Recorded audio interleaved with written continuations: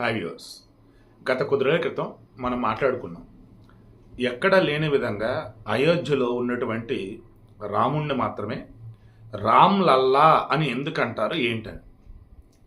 మనం వచ్చేసి బాబు శివ, బేబీ శాలిని, లేదన్నప్పుడు పాప లావణ్య ఇలా మాట్లాడుతుంటాం. అక్కడ వచ్చేసి వాళ్ళు పిల్లలని లల్లా అంటారు, లాలా అంటారు.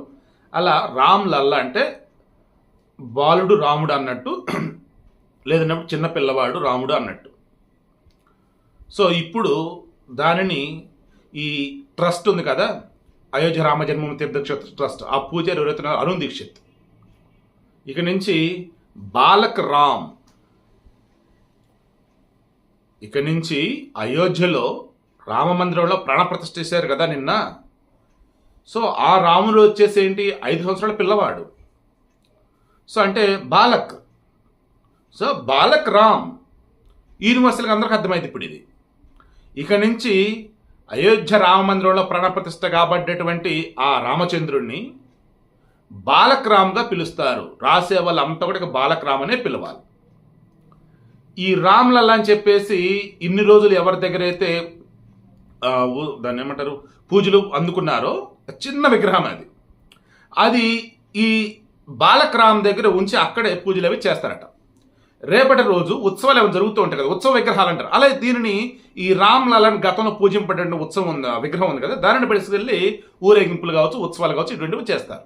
సో ఇక నుంచి అయోధ్యలో ప్రతిష్ఠించబడ్డటువంటి 5 సంవత్సరాల వయసున్నటువంటి రాముని యొక్క విగ్రహం అనేది ఏదైతే అనుకుంటూ ఉన్నాయి, 51 అంగుళాలు ఎత్తు, ఆ విగ్రహాన్ని, ఆ రాముణ్ణి ఇక నుంచి బాలక్ రామ్ అని పిలుస్తారు. ఆ ఐడియల్ని కోదండరాముడు, తిరుమల వెంకటేశ్వరుడు, శ్రీశైల మల్లన్న, అదే సింహాచలం అప్పన్న, అలా అయోధ్య బాలక్ రామ్, అయోధ్య బాలక్ రామ్. ఇక నుంచి తర్వాత ఆ స్టోన్ ఏదైతే వినియోగించున్నారో స్వామివారికి సంబంధించి, నేనుదో షాక్ అసలు. నేను కృష్ణశిల గురించి విన్నా, నల్లరాతి శిల గురించి విన్నాను, అదే ఇది కూడా.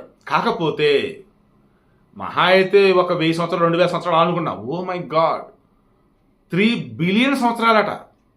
అంటే ఎంత, 300 కోట్ల సంవత్సరాల వయసు ఉన్నటువంటి రాయి అది.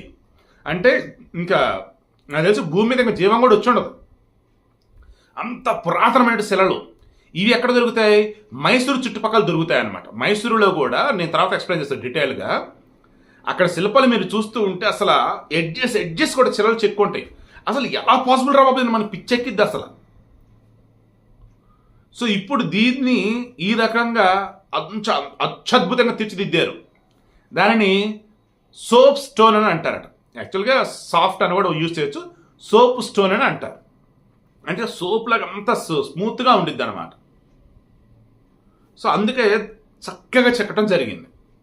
300 కోట్ల సంవత్సరాల క్రితం నాటి రాయి అది, నల్లరాయి, నల్లశిల, కృష్ణశిల. దానిని మన అరుణ్యుడు అత్యద్భుతంగా తీర్చిదిద్దారు మన బాలరాముని. అందుకే బాలక్ రామ్గా ఇక నుంచి పేరు అందుకు, ఇక నుంచి మనం అంతా కూడా ఆయన్ని పిలవాలి, తలుచుకోవాలి.